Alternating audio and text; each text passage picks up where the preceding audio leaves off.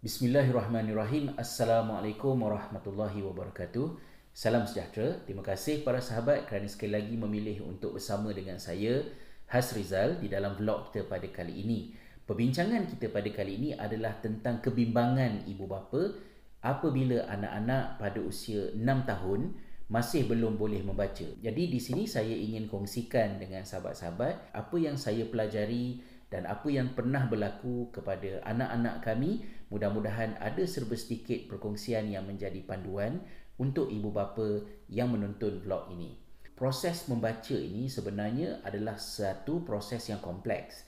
Dia membabitkan tentang kemahiran untuk mendengar, menangkap bunyi, mengungkaikan kod. Kita mahu mengelakkan daripada proses tersebut membunuh minat anak-anak membaca. Mungkin salah satu daripada keputusan yang paling penting sepanjang hayat dalam diri seorang manusia ialah ketika dia memilih untuk membaca, dia memilihnya dalam keadaan dia suka dan mahu melakukannya. Memisahkan keseronokan daripada aktiviti membaca, itulah yang bahayanya.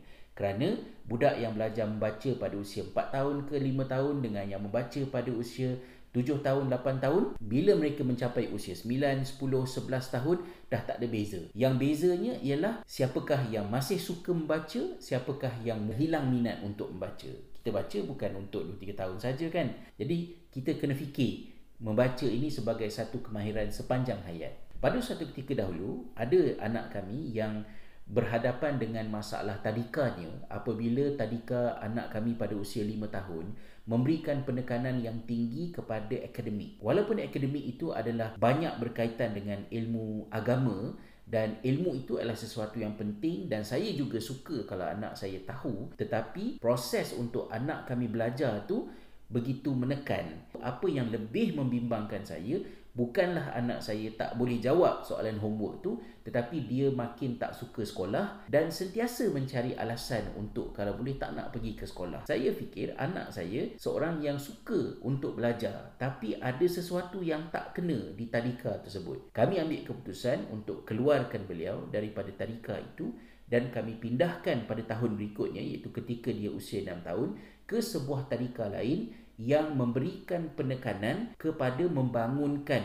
panca indera anak-anak. Kemahiran untuk melihat, kemahiran untuk mendengar, untuk menghidupkan seluruh anggota dan panca inderanya agar terpakai untuk memupuk proses pembelajaran anak ni tadi. Berlakulah perubahan. Anak kami mula bila balik ke rumah itu suka bercerita tentang apa yang berlaku di sekolah dan perangai-perangai yang masa ketika usia 5 tahun itu sudah banyak berkurang. Tetapi beliau memulakan persekolahan dalam keadaan beliau boleh dikatakan tidak boleh membaca. Masih terlalu basic. Bebanan tugasan, homework, pembelajaran di sekolah sudah mula membebankan dan anak kami mula meragam semula. Saya tidak ada kuasa untuk mengubah apa yang ada di sekolah. Maka apa yang kami buat ialah kami memberhentikan tekanan itu di luar pintu rumah dan bila anak masuk ke rumah, kalau dia sedih tentang homework ke dan sebagainya, instead of kami marah dia dan tekan dia supaya luangkan lebih banyak masa untuk buat homework, kami bacakan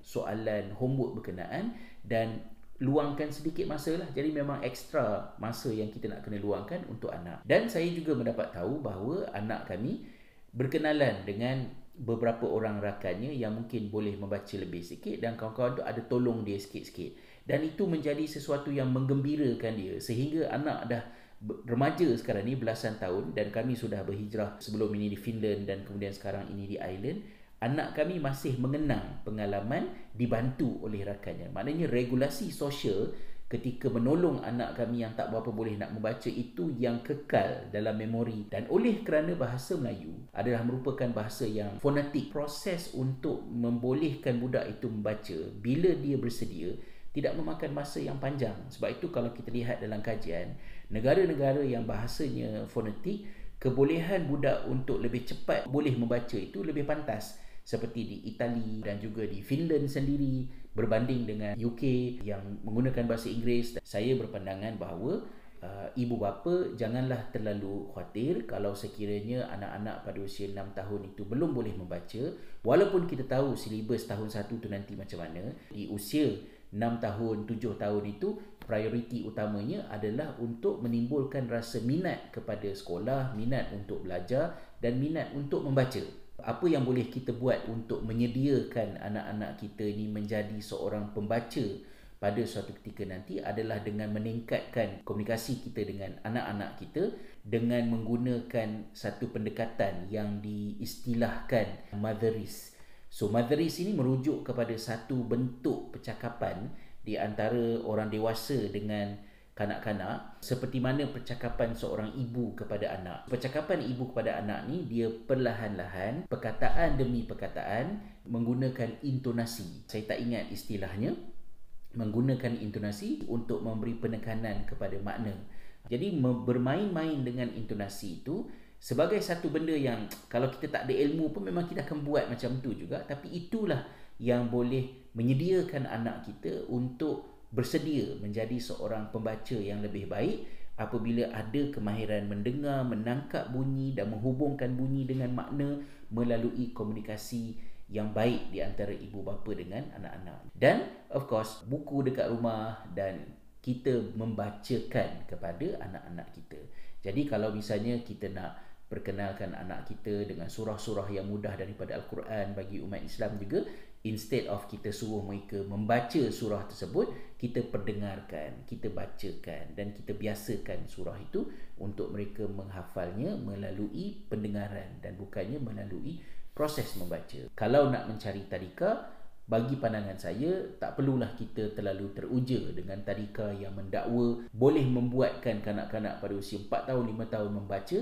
Tapi bagi saya, tadika yang penting adalah tadika yang kalau dia dapati budak ini ada masalah mendengar, yang itu diutamakan terlebih dahulu. Dan kalau sekiranya ada pula anak-anak yang memang suka nak membaca, maka mereka ada kaedah bagaimana hendak menyokong dan memupuk minat tersebut. Yang penting usia 5, 6, 7 tahun ini adalah usia yang kita nak meningkatkan minat dan keseronokan budak-budak kepada proses belajar, termasuklah membaca dan pergi ke sekolah. Itulah mungkin sedikit perkongsian saya dalam vlog kita pada kali ini. Mudah-mudahan ada sedikit manfaatnya. Jangan lupa untuk kongsikan komen maklum balas anda, like video ini untuk menggerakkan algoritma YouTube dan seterusnya subscribe halaman ini agar perkongsian-perkongsian yang seterusnya dapat diikuti dan kongsikan dengan sahabat-sahabat dan rakan-rakan anda, ahli keluarga anda semua, insya-Allah. Hingga bertemu di kesempatan yang lain. Wabillahi hidayah wa taufik. Wassalamualaikum warahmatullahi wabarakatuh dan salam sejahtera.